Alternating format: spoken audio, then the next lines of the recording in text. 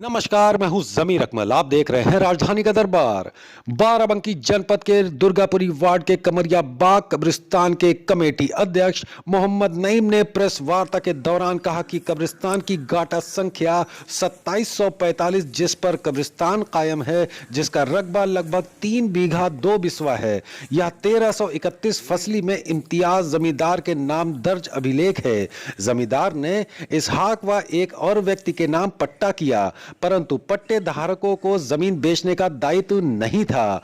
कुछ दिन पहले कमेटी को पता चला कि इस जमीन का बेचीनामा हो गया है, जबकि जहां पर कब्रें कायम होती हैं, सुप्रीम कोर्ट की रूलिंग है कि उसे कब्रिस्तान माना जाए, परंतु निर्माण अभी भी चालू था, जिस पर कमेटी के लोगों ने थाना कोतवाली प्रभारी को प्रार्थना पत्र दिया और काम रुकवाने को कहने लगे, जिस पर कोतवाली प्रभारी ने कमेटी को एसडीएम के पास जाने को कहा और काम रुकवाने का आदेश लाने को बोला था, जिस पर कमेटी ने कोतवाली प्रभारी से 1 हफ्ते का समय मांगा, जिस पर मौके की नजाकत को देखते हुए कोतवाली प्रभारी ने दोनों पक्षों को समझाते हुए सोमवार तक का वक्त देते हुए कमेटी से बोला कि सोमवार तक का कोई आदेश ले आओ, नहीं तो वहां काम रुकवाने मत जाना।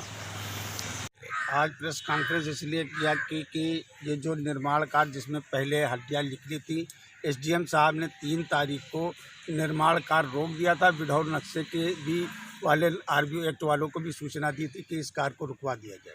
3 तारीख को ऑर्डर हुआ था और तब से ये कार्य रुका हुआ था। कल जब ये कार्य चालू हुआ इतवार वाले दिन, तो हम कोतवाली गए और कोतवाल साहब को मैंने कंप्लेंट की कि वहाँ पर निर्माण कार्य चालू है और निर्माण कार्य रुकवाया जाए। तो उन्होंने एक कापी मुझे दिखाई जो सिर्फ लेखपाल और तहसीलदार, नायब तहसीलदार की आख्या अल्पसंख्यक अधिकारी को भेजी गई है कि ये ज़मीन कब्रिस्तान की नहीं है, जबकि ये कब्रिस्तान कायम था। इसके अंदर हड्डियाँ निकली थी और कब्रें होंगी तभी तो हड्डियाँ निकलेंगी। ये आप लोग देख लें कि ये बिल्कुल सटा हुआ बिल्कुल कब्रिस्तान ही है पूरा, और ये कायम चला रहा लगभग 200 साल पहले से पुराना कब्रिस्तान है। आज नहीं बल्कि हमारे आबास दादों से पहले से कब्रिस्तान है, और ये 6-7 साल से पहले एक कमेटी का गठन किया गया जिसका मैं अध्यक्ष हूँ। और इन लोगों ने हरदर्मिया जब कल नहीं रुके तो मैंने आरबीओ तो सबको कार्रवाई करने के लिए दिया, मगर किसी प्रशासन की जू तक नहीं रोकी कि कोई भी आदमी इस निर्माण कार्य को रुकवाता। तो मैंने आज अपनी कमेटी को बुलाया और कमेटी को बताया कि मैंने ये कार्रवाई की, मगर कोई भी कार्रवाई का कोई भी रिस्पांस, कोई भी नतीजा अधिकारियों द्वारा नहीं निकल रहा है। लिहाजा आप लोग बताएं कि आगे क्या कार्रवाई की जाएगी। यहाँ पर पिलर खड़े कर दी गई, सरिया गाड़ दी गई और यानी तक पिलर बना दिए गए। इतनी जल्दी इतना काम किया गया। मैं इतना कहना चाहता हूँ, इसके अंदर जब हड्डी निकली हो, ये कब्रिस्तान की ज़मीन है और कब्रिस्तान की ज़मीन सुप्रीम कोर्ट की रूलिंग है। ज़मीन किसी की भी हो, अगर कब्रें बनी है तो कब्रिस्तान माना जाएगा और कब्रिस्तान है, और ये कब्रिस्तान कायम है एक ज़माने से। अगर उसके बावजूद ये लोग निर्माण कार्य के लिए नहीं रुकते हैं तो इसमें हमारी कब्र जरूर बनेगी। मैं लेट जाऊंगा और कब्र बना दे, मुझे पाड़ दे, मगर किसी के मकान का निर्माण नहीं होने दूंगा। इसके लिए चाहे मुझे जिस हद तक जाना पड़े, अपनी जान की बाजी लगाना पड़ेगी तो भी मैं लगाऊंगा। और ये भारतीय जनता पार्टी के शासनकाल में सिर्फ कब्रिस्तान की ज़मीनों पर क्यों नाजायज कब्जे हो रहे हैं, जबकि बाउंड्रियाँ बनी हुई हैं, उसके बावजूद इस तरीके के कार्य हो रहे हैं। भूमि माफिया यानी भूमि माफियाओं की चल रही है। बल्कि मैं कह रहा हूँ 1332 फसली के अंदर ये इम्तियाज अली खां के नाम ज़मीन थी। उन्होंने 2 आदमियों को पट्टे किए थे, उन पट्टे धारकों को बेचने का अधिकार नहीं था।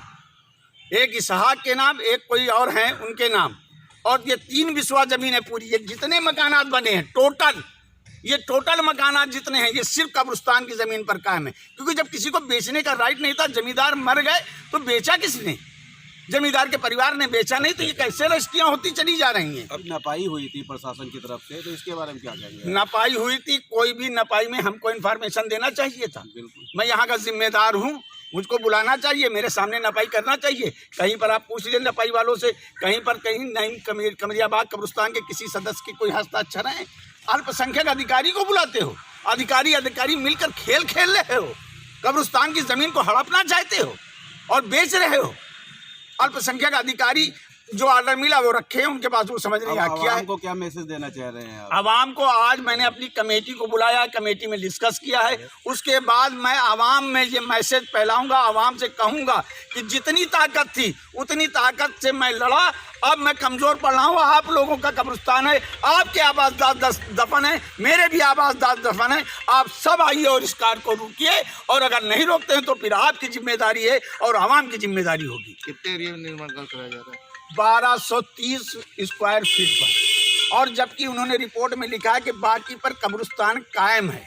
रिपोर्ट पढ़ लीजिए, आप लोग रिपोर्ट है वो रिपोर्ट पढ़ लीजिए। वहाँ पर निर्माण कार्य का आदेश नहीं दिया गया है कि निर्माण कार्य करने के रोका ना जाए या निर्माण करने दिया जाए।